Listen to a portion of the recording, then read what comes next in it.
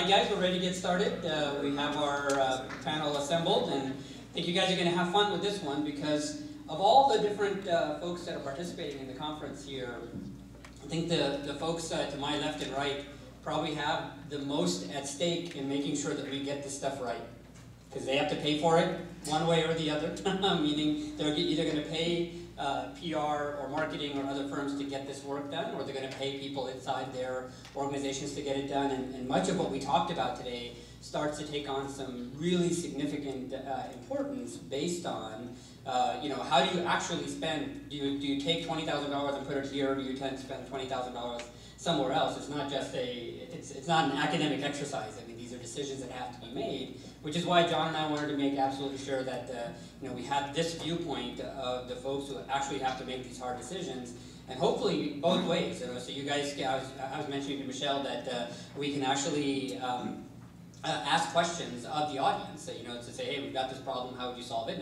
And of course, vice versa as well. So as I did this morning, we're going to run through just very quick introductions. So with the panel part of this is, the introduction part is really easy because all of these folks sell health IT products into the marketplace.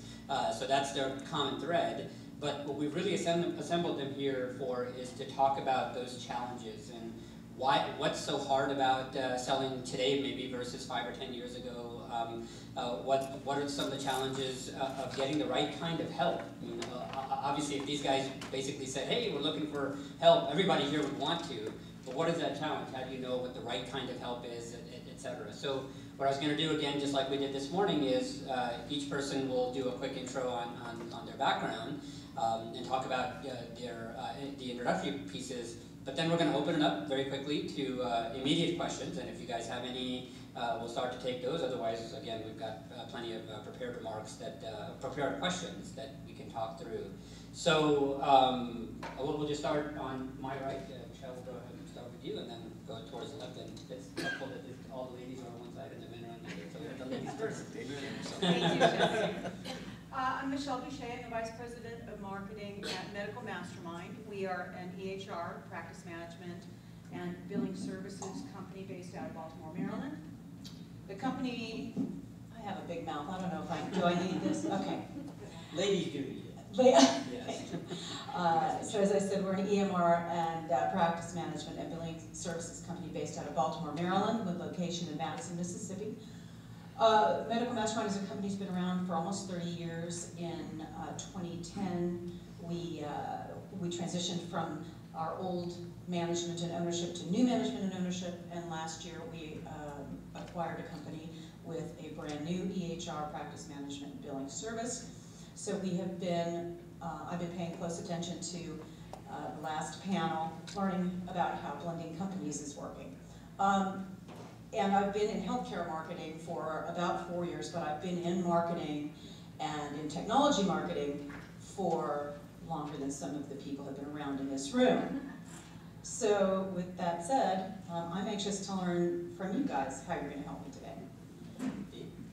I'm Dana Sellers. I'm the CEO of Encore Health Resources. We're a healthcare IT consulting company. Encore is actually the third time I've been part of a startup in healthcare IT. The first company was started in 1981. I can tell you marketing has changed a lot since we started that first company. One thing I'll tell you about myself is that I'm a chemical engineer and I don't have a creative bone in my body. So I'm very dependent upon people with that marketing savvy and creativity. And I can tell you that that's been an important part of the success of all three companies I've been involved with. Great. Tim? Hey everybody, I'm Tim Tyrell-Smith, and I'm also very loud apparently. I'm a Director of Brand Marketing at Cario, which is a medical office software company similar to Michelle's. We do all three things that she mentioned.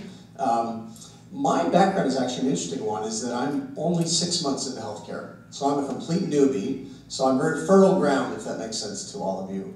I'm doing a ton of learning right now, but at Cario we have a brand that is really fun. Our personality is really out there, and we try to bring that across in everything that we do. So one of the things that I'm going to be really interested in is looking for people who have ideas on how to not just break through, but think about all those doctors who have that never mind attitude, that walk past booths like mine at the trade show because they don't think they need us. How do we get them to stop and pay attention to a message that we believe will really help?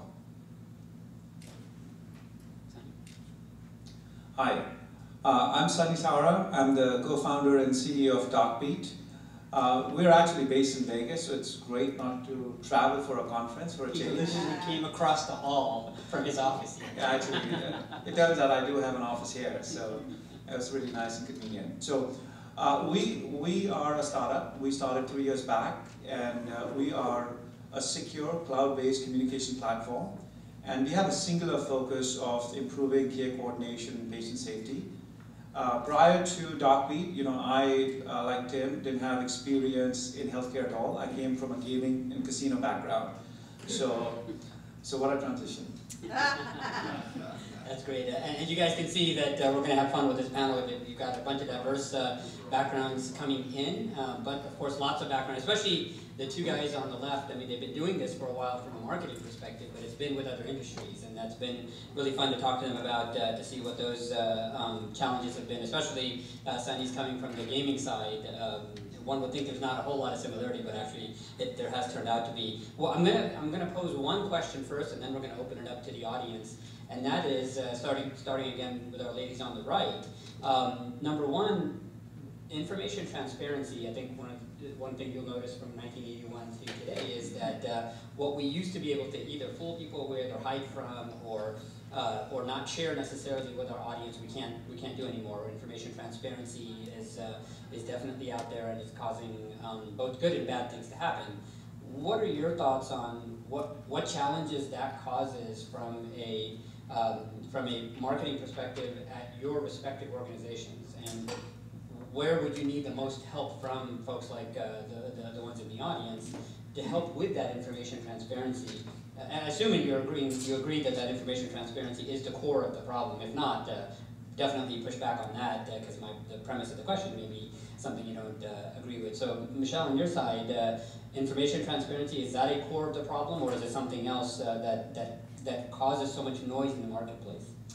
Well, I think there is a natural tendency to have too much information, and I worry about that with my doctors. If I were a physician today, I think I'm overwhelmed at anticipating what they have to weed through to get to what they need to know. And so I don't want to waste any of their time, and I think just being as on point as possible with whatever information I'm disseminating is really important. There's almost no bandwidth to offer long explanations of things or complicated versions of things, and we're in a 140-character world right now. But I think even more importantly for the physician, this is what I'm learning from you guys, is how do we cut to the chase and get their attention when we know we have something really important. The transparency out there, I think, just forces us to come up with new, more creative ways to get recognition, where before it would have just been a lot simpler, more straightforward. And because, docs use their personal emails. What's with that, right? So coming from outside the healthcare industry, and I'm sure that my friend Tim will acknowledge it was a little weird to try marketing to doctors with Yahoo addresses. Just saying, that was a little strange. So yes, I think the transparency is definitely adding to the noise. Yeah. Our primary client is the CIO at hospitals or in the provider sector, large health systems. And right now, the noise they are hearing is just an overwhelming deluge of federal mandated initiatives between meaningful use and ICD-10. They are under tremendous stress. And so I think transparency helps, because when they do need to make a decision, they want to go to a trusted source. For me, that's always been a good thing. I want people to know as much about me and my company as they can, and I want that to be truthful. We rely on class, both to communicate to our clients, but also to help us understand what we need to do to fix quality problems. And so we're constantly digging into the results and proactively managing our services against what we're hearing out in the marketplace. So I think it's important in a time that's overwhelming for our buyers. It gives them an avenue to get in and get something that's meaningful, and it gives us information that helps us manage how we're doing. So I think for me, again, being new to this industry, it is the noise that is the problem. So many emails are coming out, so many white papers, webinars. I mean, it's crazy. And we're one company doing all of that, and all of us do the same thing. HIMSS does it. There's so many organizations that are throwing data. And how do you decide which one is the one that you should use if you're a doctor? You know, we work with small practices primarily who don't want to spend a lot of time doing this stuff. They want to spend time with patients, right? So for us, we really work hard in the social space because we want to bring data to them in context. Not only in context of how it might help them, but it's coming from someone that hopefully, after a little bit of a while, they begin to trust and understand that we truly are here to try and help doctors succeed and spend that extra time with patients. So while transparency can help, I think the real issue is just the sheer amount of noise coming. The doctor that I mentioned was a true story. I was at Pri-Med a couple of weeks ago, and a doc walked right past our booth, and I said, "Hey, have you heard about Carrie?" He goes, "Yes, I get your emails." He smiled, and I delete them all.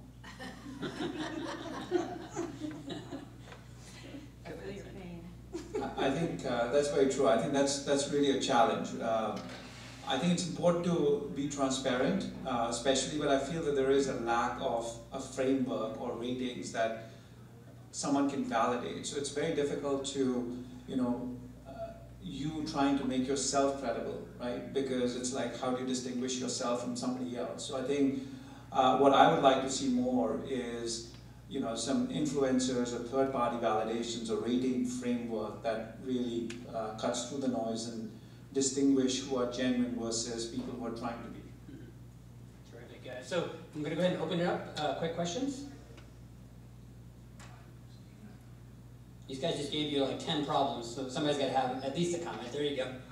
One background, one of the projects, I'm with Practice Max in Arizona, and one of the projects I've been working on is with the Arizona Regional Extension Center. I helped 500 physicians implement EHRs, select, implement, and retweet employees.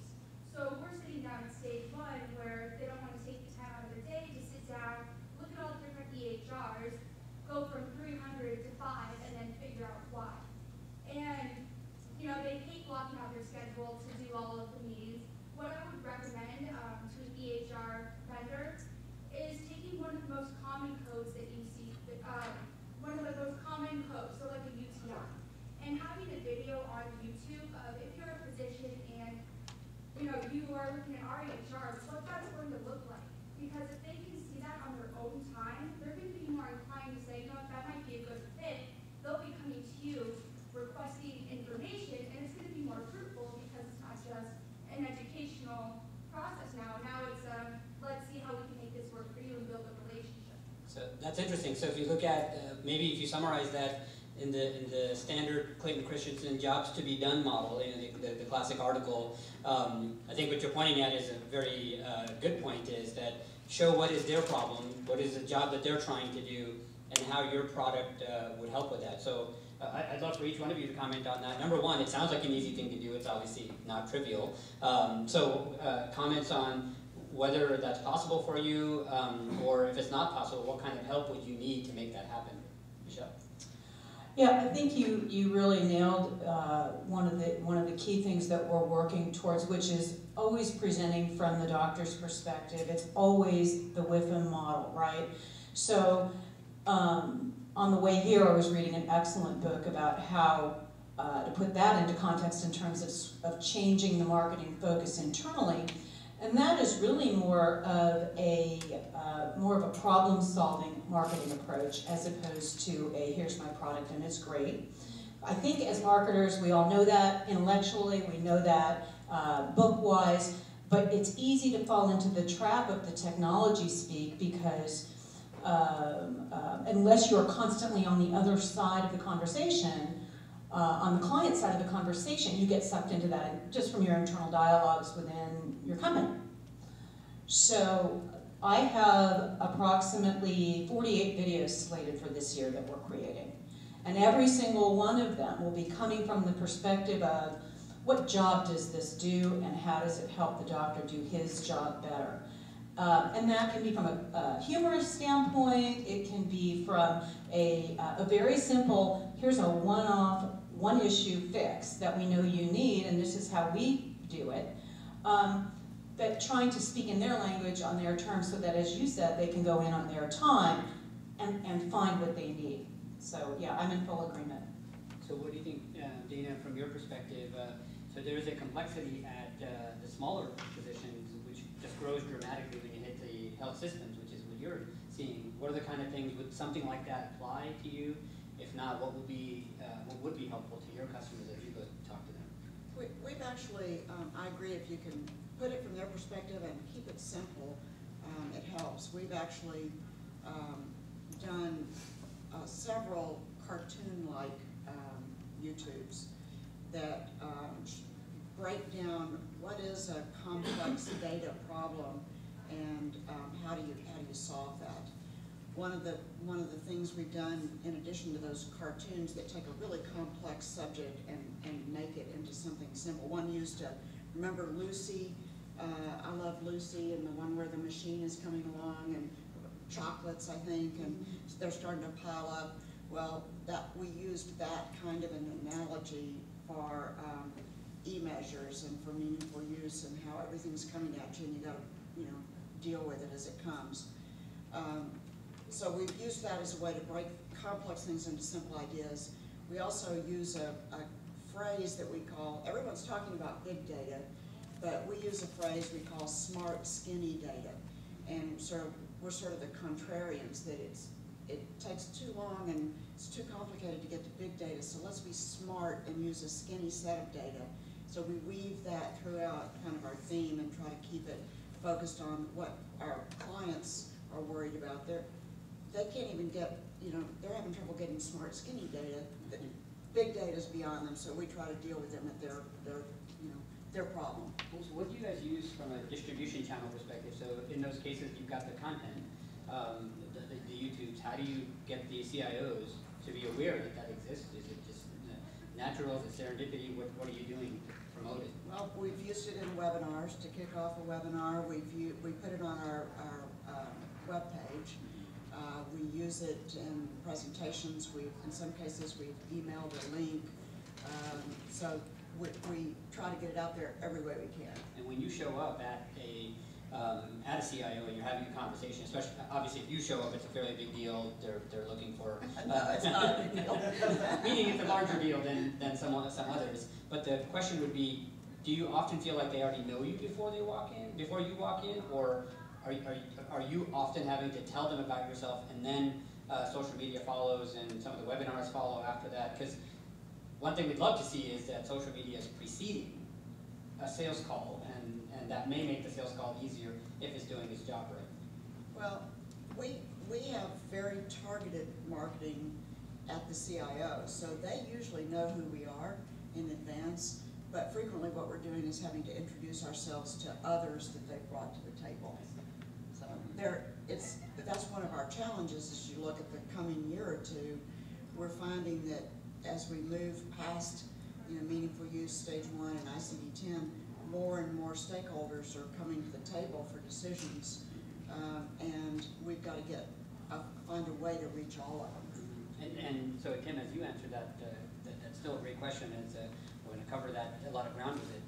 If you think about who you're speaking with, you're usually not the sales guy talking to them, but as your sales teams talk, one of the things we saw in the ROI discussion in the last conversation was, how do you measure this ROI? One easy way to measure is if you walk in and they already know you, you know your marketing is working. And if they don't know you, there's a chance that maybe it's not working. What kind of material do you feel gives you that best case scenario when you walk in, somebody already knows you? Well, one of the things I remember is a phrase I heard from a guy named Bob Berg, who you may have heard of. He wrote The Go-Giver. You guys have read that book. But he said that we do business with people we know, like, and trust, right? How many of you have heard that phrase before? It's powerful. Social media allows you to do 2 of those 3, and sometimes in one step. So for me, I think it's incredibly important to be able to have some connection with people in advance of that first meeting so that they're already feeling less risk about that interaction with you. In terms of her point, I think a couple of things were interesting. One is creating on-demand content so the doctor and staff can look at your stuff anytime they want to is incredibly important. I don't know if we have that many videos coming, but I think that's awesome. But I think the idea of being able to create this content that they can use anytime they want.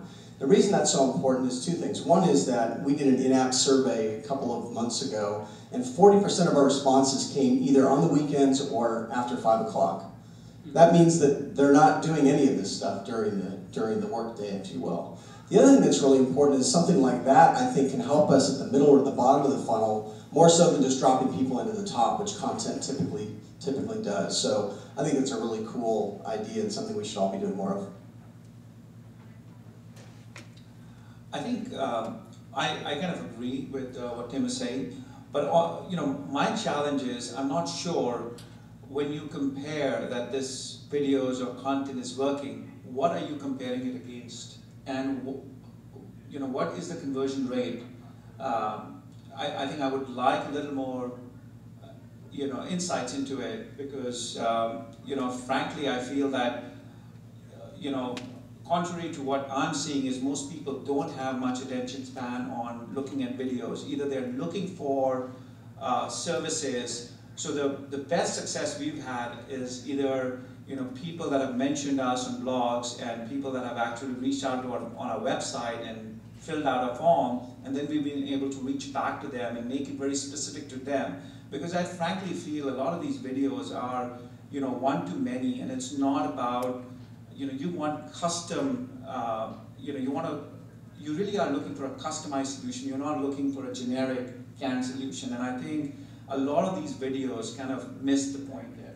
Mm-hmm. That's a great point. And remember, you've got 2 CEOs and 2 heads of marketing, right? Do you see the difference in the way that they're approaching the problem space? I mean, the 2 CEOs would love to see conversions and sales, etc. The 2 guys on the marketing side are seeing that the reach itself and the market penetration is what's going to be seen as success. So, questions, Chandresh, you have?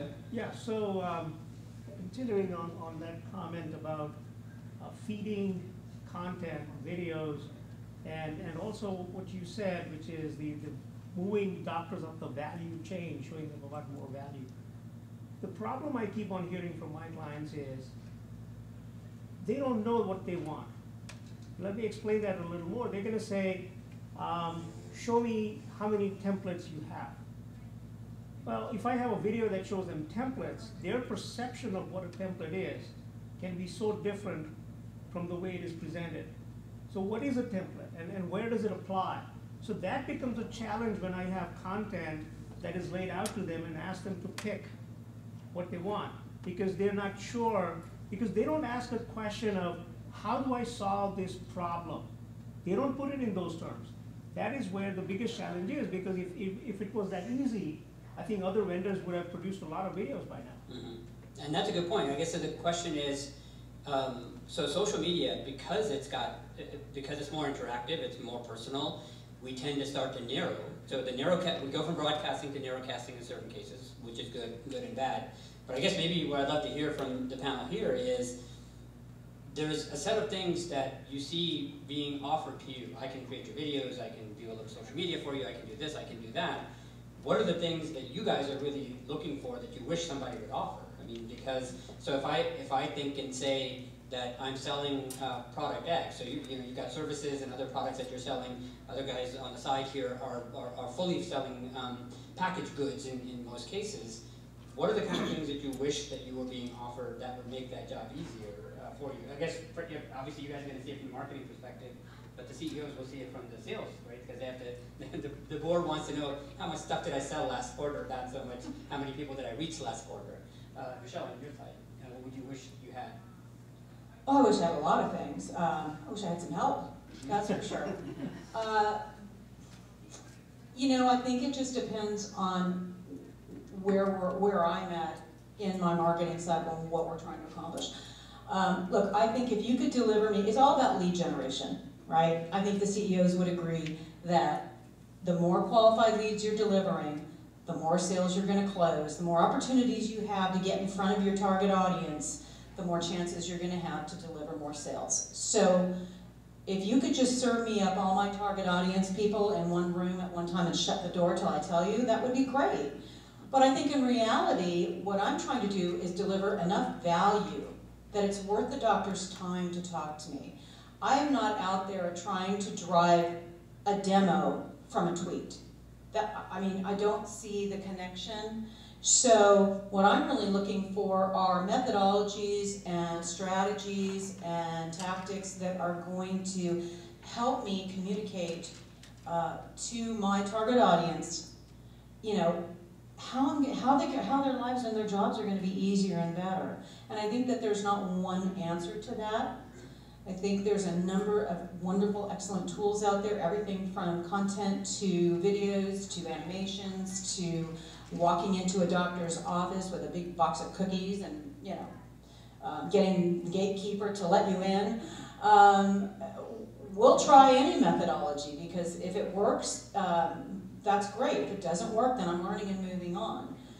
So If it works, you mean generated the lead or something else? Well, it depends on what my goal is, because it's not always about the lead in that moment. And to Tim's point, the top of the funnel is kind of the easiest place to feed. Where I want to work is the bottom two segments, right? And so helping me drive to those two areas of the funnel, those are the things that I look for, the techniques and the strategies that I look for. So Dana, what are some of the wish list items you wish people were offering you that you're not getting? Well, I may be taking this a little different direction, but when I think about what I'm looking for in this area, I think about when I engage outside help for marketing. And I think this conference is great, because one of the things I look for and I struggle to find sometimes is someone who really understands healthcare IT. So we engage somebody that's great at, Casinos or something. and I spend the first 3 meetings trying to educate them about what we do and what we're trying to accomplish, and then they just repeat it back to me, maybe wrong. Mm-hmm. And so I'd like companies, help that understands healthcare IT and can actually help me understand the market and take me to the next level. And in your opinion, what is that distinction? I mean, it's one thing, so we've got 2 guys that are new to the healthcare IT universe. They spend 6 months there, a year there. Maybe you'll get the lingo, right? So you can get that lingo. What do you feel are some of those transition points that say, yeah, this guy gets it and that guy doesn't because he's still learning it? I want them to be knowledgeable to the point where they aren't just listening to me, they're actually chiming in and offering insights on the market and where the market's going and how to craft our message more effectively to reach our buyers. Okay, cool. Tim, your wish list? Well, I think to build on that, for me, it's about really understanding the trigger points for the buying process. What are the things that someone will be thinking or doing that if we created content around that or tools around that, that they'd say, okay, that's something pretty interesting, versus general education or the whole ICD-10 thing. I don't know how many of you built ICD-10 campaigns and had to pull them back. The rest of them just aren't admitting. Yeah, that was a fun one. But yeah, I think for me it's a research project to a large extent, is understanding what are the triggers that people begin a decision process on or begin the research process on. Because I'd love to be able to get that information to them at the trigger point. So that to me is a pretty big one. I think qualified leads are really important, but my needs are very simple. I feel that the biggest advantage that I can see, I get a lot of calls from PR and marketing companies, and most of them are, trying to sell me on social media or Twitter. I get it. I understand how to send a tweet. That's not where I need help. I need help on the content. I need help in trying to understand how my product meets and fits what my customer wants. So I think I really want to use social media and some of these to better understand my customer needs rather than selling them. Once I understand what my customer wants, then I can make that connection. I feel a lot of times you're trying to sell widgets without really understanding, what your customer needs. And what I would like to do is flip it the other way. I would want to know beforehand. And I think as I develop products, I feel this is one of the things, or my learnings is, I wish I could market before I launch my product features, because after that it's a lot more expensive, right? To go back and redo something, I wish I can leverage some of the social media tools to really understand, is this something that my customer is going to find useful? If so, that would be really, really valuable to me. Right, that's terrific.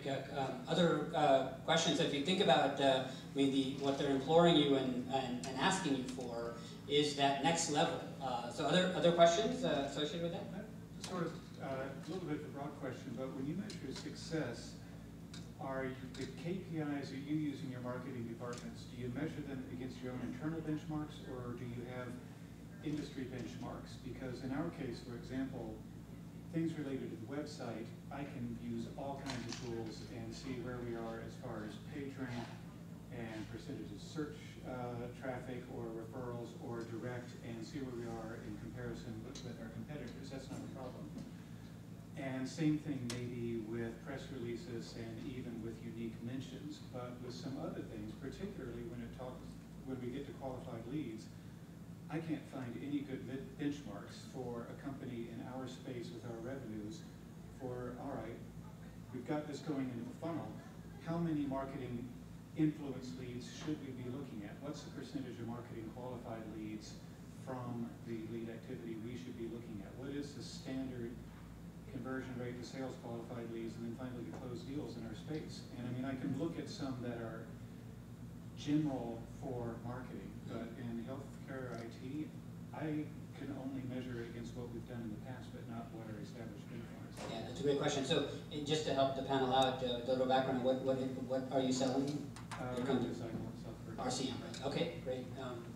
Michelle, You know, you answered your own question, actually, in that, because I was posed with sort of the same problem when I first came into healthcare and came into these companies. What am I have nothing to measure against. I don't know how to measure success. So the only thing that I measure success by, and what my CEO measures success by, is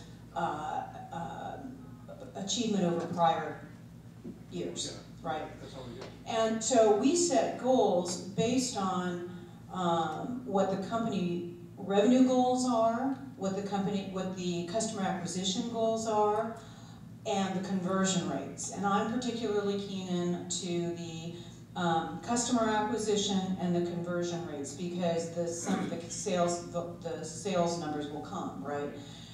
So for me, I look at things working when I see my conversion rates go up, when I see the responses to whatever it is I'm doing on whatever level go up or go down. I mean, it tells you, it's pretty easy to kind of see that on a tactic by tactic basis, right?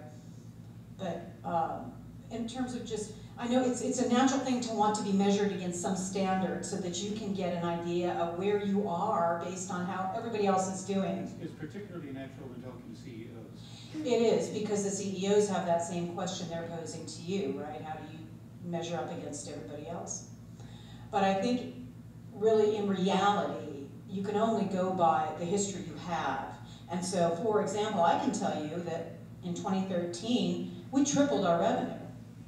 We tripled our annual revenue. It was huge. It was a huge year for us. Now, how do we stand against all the other companies in my space that serve the same target market? I don't know. Because that changes all the time. Those metrics change constantly. So when do you decide what is a median range? Where do you put the line in the sand and say, that's the metric I'm going to measure myself against, right? So I think you have to just go by your own success, building on your own successes, and just take that as a sign of whether or not you're doing better. What about your perspective from the CEO's side? Do you look for those measurements against other companies? There's very little that we can pull out from other companies. So our primary tool is just trending over time against our own internal metrics. We do a lot of that.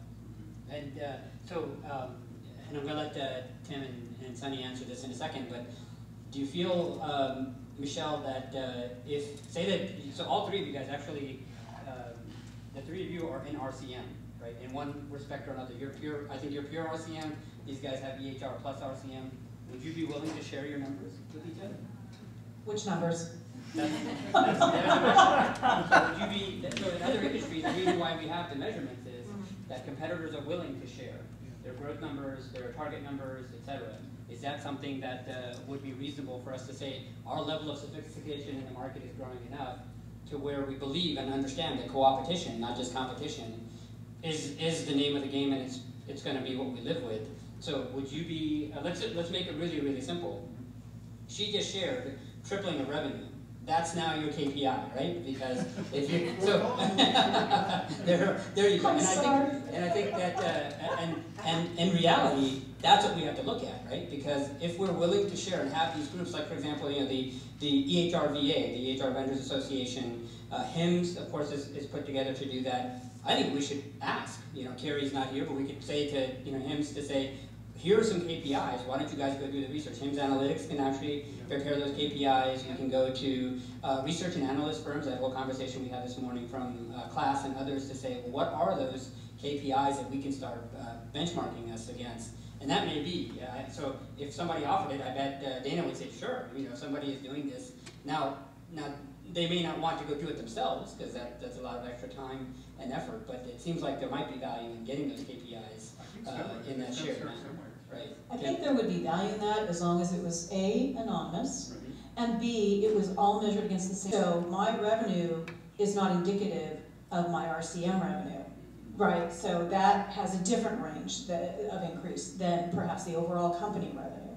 And you know, and so that's the only caveat to what you said, but I think it's a great, that would be a great, I would pay for that data. I would. So I'll just echo what has been said. I think that we probably participated in pooled data. I think that would be interesting to see what those numbers are. This is going to be anecdotal, so don't hit me. But our salespeople let us know when our leads suck. They do. I mean, if the top of the funnel is being filled with lousy data, they're going to let you know that they're really having a tough time. So again, anecdotal, but it's something to pay attention to, especially the smart, good salespeople who perform with the good leads. I think I concur. I mean, I think there's definitely value, and I would be willing to participate as long as it's anonymous and it blended into some sort of an average that you're comparing against. Cool. Other questions? Pinky swear, everybody. There you go. We've got a new company that we just started here, by the way. Who wants to join in? Other questions? I have a question. I moved into the healthcare marketing realm. I've been in communications most of my 30 years, and so now this is my first year as trying to market a vendor. And welcome. Thank you. And it's interesting and it's wonderful, and this is great content. I don't think it's so much not knowing what the doctors want as much as it is getting them to know that they need it. Because it was like myself 10 years ago, I would have picked up a cell phone to save my life. I was like, why does anybody want to contact me now? And my brother was like, oh, in a few years you're going to want one. And now I couldn't live without it. That's what we need to get the doctors. That they don't even think they want it. They don't even know how to make it part of their life. We have to make them want it so that they want us. You know? Yeah. That's where I'm having trouble. That's the message I would like. And they are just turning their heads, and you know, until the government tells them they have to have one, which they kind of are in a roundabout way. Yeah. You know, getting them to resoundingly say, I need this because I can see what it can do for me and make the quality of my life better, and then overall patients' life better. Right? So there's actually respond to that. Yeah, I think there's a struggle here, especially when you look at a product like Michelle's or Tim's specifically, and that is their success over the last couple of years, and certainly over the next couple of years, is in this weird area where there's a manufactured demand. This demand didn't grow organically. So we can't really make long-term decisions based on that, because the government obviously has poured in roughly between $26 to $32 billion, depending on whose numbers you look at. And because of that false demand that's been created, it actually makes their job a little harder long-term, but which is why I guess they should definitely be making decisions short-term and say, okay, until MU3 is done and over with, these are the things that I can assume. And really, and I think Dana said it well, is that if you look at the number of things that are coming in to a CIO, whether it's a CIO or the practice lead, very similar, different scale, but similar sets of problems, the oxygen for true innovation has just been completely sucked out of the room. and they're left with the needs that you think and the must do just to stay in business shouldn't be the same, but they today are. And that's actually a great question to ask the team is, if you're starting to market to fill that funnel, do you actually go and focus on the things that are must-haves for them to stay in business? I think I know the answer to that. But where does innovation fit in? Because the needs that they don't know about come from innovation. They don't come from Uncle Sam beating us over the head. So, Michelle, how much of Uncle Sam beating them over the head are you using for marketing, if at all? In the beginning, all of it, because that's what we had to do. We didn't really have a choice. You know, everybody was forced to go to electronic health records. They were driven, the carrot was meaningful use money, right? The stick was that you're going to get penalized if you don't do it. And so we were sort of being force-fed, as you said, Shahid, force-fed this market who didn't want to do it, was terrified of it, was upset they were being forced to do it, but yet having to try to embrace it somehow and fit it into their schedule. So you had a very resistant, reluctant, somewhat angry target base in the beginning. And I think the only way that I know to really make any headway with that, what I did when I first got to the company was I went and I video interviewed about 8 of our clients.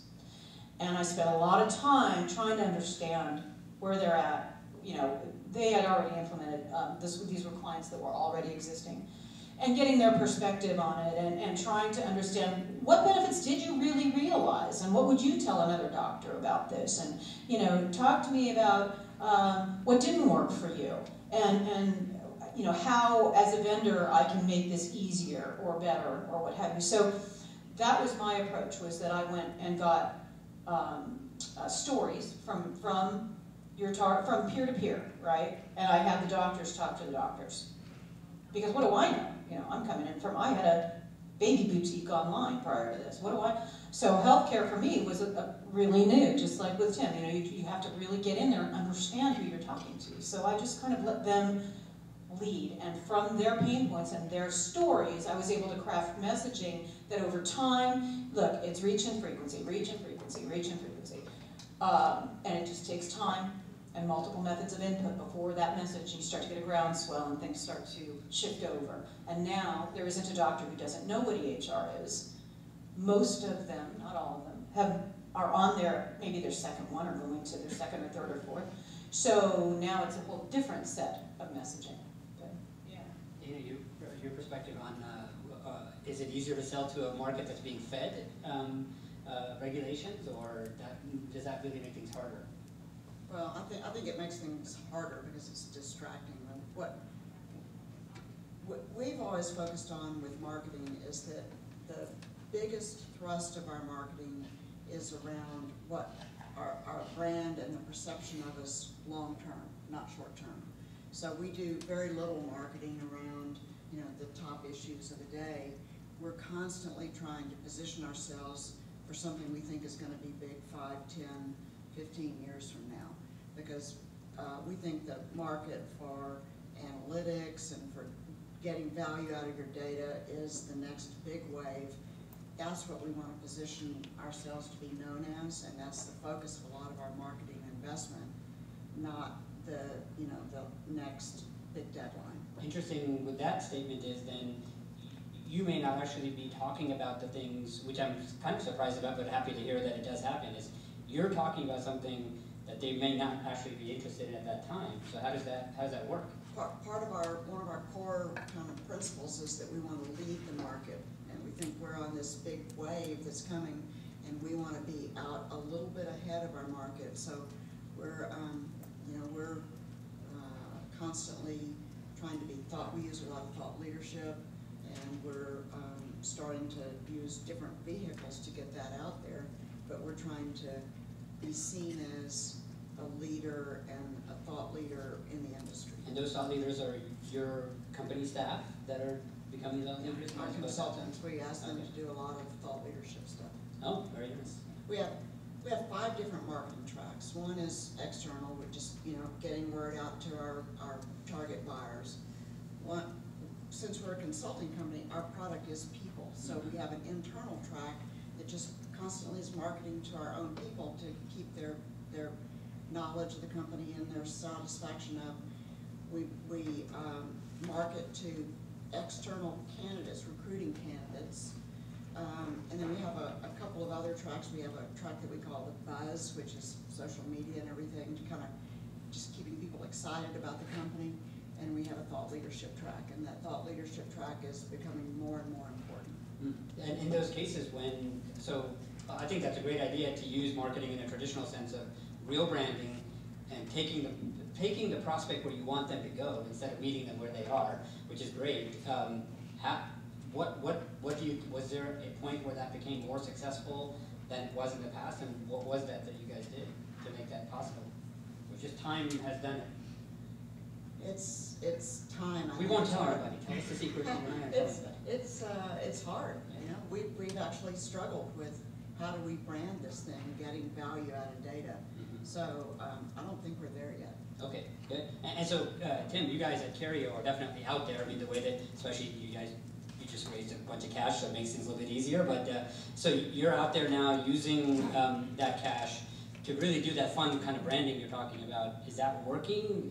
What are you seeing yourself doing differently? Are you having to zigzag a bit, or are you now on a straight and narrow path where you can see a light at the end of the tunnel and say, this is our brand. If we just spend enough time and money on it, it'll work? Yeah, I think that's kind of where we are. We're kind of finished with our initial phase of branding, and the money is obviously going to go towards infrastructure and all the things you need to grow successfully. But yeah, that's a big part of it, is to take what we know works and really push it. If social media works and you get people following you on Twitter, do more of it, right? And do less of the things that aren't working. For us, because we're purpose-built for small practices, we want to make sure that something like ICD-10 or Meaningful Use Stage 2 is something that people can get through if they want to, in a way that doesn't completely ruin their lives. And if we succeed in that, we've done great things. But I will tell you that the decision to support ICD-10 in a big way and Meaningful Use Stage 2 to get certified, how many of you know how much work that is? We also talk about the sacrifices we made from a product feature standpoint. What could we have done to make doctor happy versus just satisfy kind of a mandate? There's a big difference in the emotional attachment I think that people have to companies and brands when they're getting something that kind of slides towards them on a nice mat versus something that's kind of pushed at them. And would you say that, going back to what Dana was saying, is that, are you thinking that Carrio could take them to places where they need to go? Like, one big complaint that we all have about meaningful use is that innovation is literally drying up because there's so much attention being given to regulations. Is that possible, or it's just impossible for the next 2 or 3 years? You might as well just use the regulations as your stream to go down. Well, the tough thing with doing that is that if this stream keeps being pushed along, no one's going to know when it's actually going to happen, and so it's very difficult to plan and decide where to put your resources, not knowing if, you know, somewhere around October 2015 is the actual date versus one that'll get pushed out yet again. So we want to be delivering our brand and our software in a way that allows people to plan for wherever they want to go. You know, there's a lot of different ways they can build out their practice, and we want to be there for them and be ready, but that's hard to do from an investment standpoint, knowing that there's all these things out there looming that we want to make sure they can do, if they want, with our help. So let me poke a little bit harder. So in this particular case, I think you're writing the stream, which is all good. Do you think that Carrio, because you have a little bit more money, a little bit more brand equity, could you take them to places where innovation would go and then your customers would follow? Or that's too dangerous, it's too risky, you have to kind of like take the regulations route? Because a lot of these guys here have to tell this to their customers. Don't follow innovation, follow the regulation stream because that'll work, or maybe something different is possible. What I'll say is that a substantial portion of our roadmap is on forward-thinking development. It is? Yes, absolutely. Good. I think from my experience, I think it depends. Because regulation is clearly important, but I'll give you a stat. 90% of the physicians use smartphones, and 77% of them use texting, and they're sending PHI, which is not HIPAA compliant, and there's $50,000 fine. So clearly, regulation isn't stopping physicians to send secure messaging because there hasn't been enough cases. Now, It might be different on the side of the EHR, but clearly, I mean, I think regulation can help, provided there is some enforcement. But I find that I think it really needs to be more than regulation. It really needs to be more around the value, and do the doctors believe that, you know, they don't have to compromise between security and efficiency. You know, they can get both. And if they have that, if they come to realize that, I'm sure you will see higher adoption than just plainly because of regulation. So Sunny, when you were starting out with DocBeat, there was a lot of advice that you got, and since the company's fairly young, a few years, what happened in that early advice? You were new to health IT, you were told things you should or shouldn't do. How did that work out for you? Is most of that advice that you got applicable? Did you end up rejecting some of it? What was your meandering looking like from those early days? So I think it's, yeah, it's a good question. So from my perspective, you know, as I came into healthcare new, I didn't know anything better, right? So what you do, you surround yourself with experts and influencers, and because you don't know anything better, right, whatever they're saying sounds reasonable, right? And you feel like that's good advice.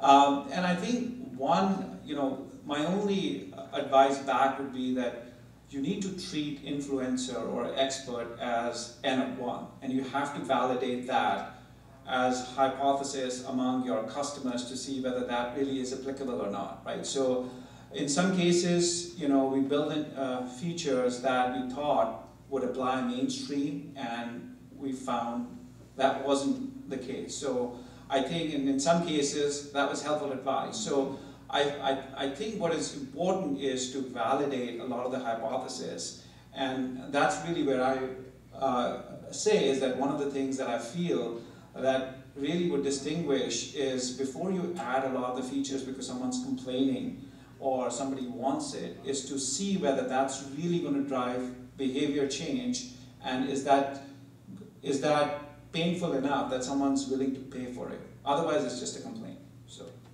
great questions. So, other questions? Yep. And actually, sitting next to my colleague and I who attended a conference, and we won't use names, but there's an EHR company there, neither of yours, that had gone very far down the path of innovation. And so your question about, your comment about innovation versus regulatory pressure, and Joy, who did an evaluation of the product, and we discussed it afterward, it was fascinating because here was this product that clearly had a lot of attention, and there was a lot of rah-rah around it, and a lot of money pumped into it, and it did do a lot of kind of fun things. It was exciting, but it also neglected to track for meaningful use. And so when it boiled right down to it from a practice perspective, especially Joy, who's a consultant on many levels, she couldn't really recommend it, even though it did a lot of really cool, exciting, funky things. And you wanted to go, wow, this is fun, and what a great idea. If you don't meet those regulatory benchmarks, then you're not going to meet the needs of that practice. So I think from a marketing perspective, you've got to walk a pretty fine line between what do what does that doctor need, and what do you think they're going to want? Because what they're going to want might have been in that product, probably was, but ultimately what they were going to need in the immediate wasn't there. Right. And so from an outreach perspective, I think you're all on the right track, but I do think that you've got to meet both of those. Right. Yeah, what's interesting is, especially for Michelle and Tim here, that if you treat regulations as table stakes and you just assume you're going to do it, but then you have enough work, let's assume you have some money, this is all R&D money, so it's not easy to get necessarily, but if you assume that that's table stakes and then R&D money lets you do innovation, the real question is still, what are you really marketing? Are you marketing the innovation, and that's what's going to get you reach? But then somebody says, well, do you do MU2? You say, well, of course I do. What the hell do you think I am? I'm an EHR company. Of course I do. Yeah. So you say absolutely. The question really is, when you've got, and that's why these guys have a much harder job than a lot of us do on the audience, is they got to put real money against a real message, not a pretend money against a pretend message, but real money against a real message. And that's really what the tricky part here is the message, which I love what Dana and these guys have done, is that if they could really go out and have people join them where they want to be, You can't. I mean, that skating to where the puck is, great Gretzky line, and if you can pull that off, that's awesome. I think to some extent, Carrio has done that as well. I think pretty well as Medical Mastermind. But I think on the EHR side, it's a little bit easier, I think, for us to do on the health IT consulting side, because that's what you're supposed to be, is leadership. But with these guys, it's a really tough sell. So when you guys are offering your suggestions and your look at and the view of the marketplace, you got to be clear and say, you know what, it's just way too dangerous. You got to stick to what works. This is a gravy train. Let's ride the damn thing until it's completely done in 2017, 2018, and then we'll think about innovation and all this other stuff. Or you say, you know what? One way to cut through the noise is that innovation. And then you get back to poor Sonny's point, where what the hell does that mean, right? At the beginning, and I asked Sonny that because I've been talking to him about what he started for a number of years, is just getting bad advice because of that N of 1, because of the fact that it's anecdote-driven development, not true evidence-driven development, can be a struggle. And that's why we want to make sure that when we provide the advice to our customers, like especially Michelle and Tim in this case, it's really tough. What do you tell them to do? Because there's real money going against something. So we've got a couple of more minutes. Any questions? I'm just going to let these guys. Yeah, absolutely. One of the things when I first started it, can you guys hear me in the back? Yeah, Oh, sorry, I had a camera. One of the things that happened to me on my first week at Carrio is I was reading through all the marketing documents, and one of the things it said was all the items you need, none of the bells and whistles you don't, as part of the marketing of Carrio. And I thought it was a mistake, because I come from an industry where bells and whistles are valued, right? Consumer products and all that kind of stuff. The bells and whistles are what you sell on, because everything else is equal. So I thought it was really weird that Carrio said that until I realized the capacity of our audience, again, small practice physicians, to understand what a bell and whistle could even do for them. They just want the basic thing to work well, to be simple to use, to be able to get their job done efficiently. And so I think that I now know that Carrio was right to do all that, but it's interesting anyway. Right, yeah, so just from a closing remark, was there another question? Go ahead. Yeah. So what I love to see in this industry is more of like that good housekeeping seal of approval that isn't based on regulatory needs, because we're driving and the doctors only know, oh, you're MU2 certified.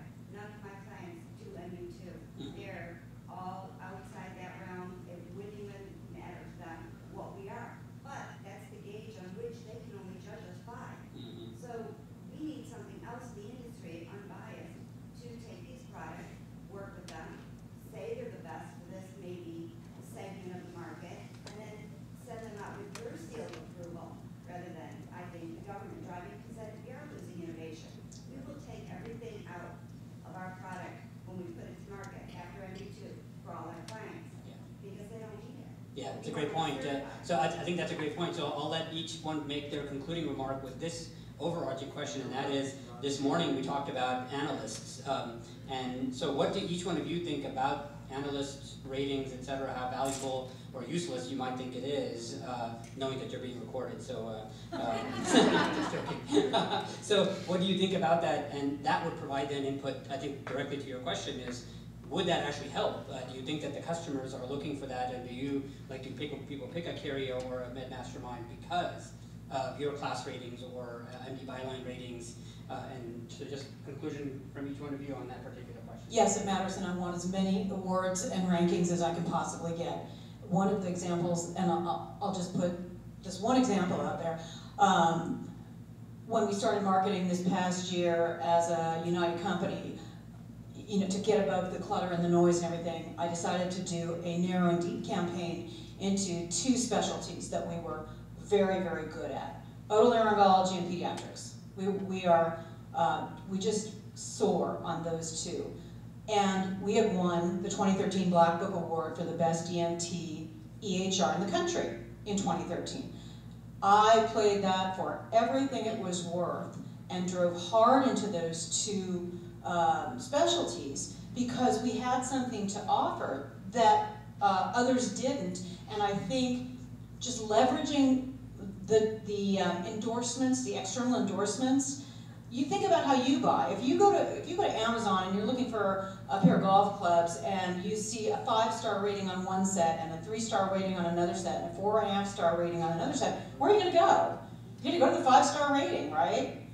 Well, it works because about a third of our revenue last year came from those two specialties. That's how you can leverage third-party endorsements to make you a trusted source, to give you that endorsement that you can't give yourself and be believed by other people. So, look, I don't hang my hat on that only. You still have to live up and walk the walk. Our backstory is pretty compelling, so if we can get in there, you know, the fact that doctors actually helped design every aspect of this system becomes obvious. But the only way they're going to give you the time of day is if I have something completely, just something different that catches their attention. Oh, this is an award-winning ENT system. Maybe I should at least include that in the list of the ones that I, you know, in my, right after I look at Cario, maybe I should look at this one too. Because there's only two top EMRs anyway, so, yeah. But yes, I think that it can be a very good tool. It can be a very good tool. So for you guys, it's a little bit of a struggle because you can't, are you compared against other service providers in that same way? Or were you mentioning that you use the ratings to help your customers out? We're actually compared by class, for example, against other consultants. In that category. In that category. And, you know, there are other analysts, you know, Gartner and Advisory Board. One of the things that we struggle with a little bit is that I always want to be totally transparent with those analysts and tell them exactly why we're better than anyone else in the industry. But on occasion now, we're finding ourselves competing with some of those companies as they diversify into consulting. And so then you're kind of torn. I don't want to give away all my secret sauce to a competitor, and you worry about how good is that wall between the two parts of the business. Yeah, that's a great point. Yeah. So I think that for us, we work with Black Book as well. We're starting our project with class this month. I think in the end it's about giving our salespeople some things they can hang their hat on and feel comfortable selling against, as well as getting ourselves into that accepted set of EHRs, billing companies, practice management companies, so that they truly feel they can include us in that decision set. And if we can get in there, we're in good shape.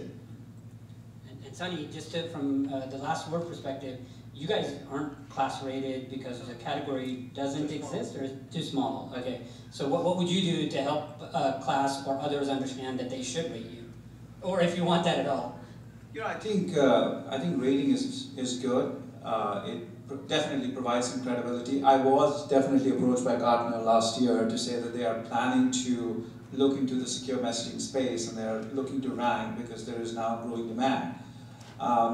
Until last year, you know, the penetration was only 6%, so this is still pretty early on.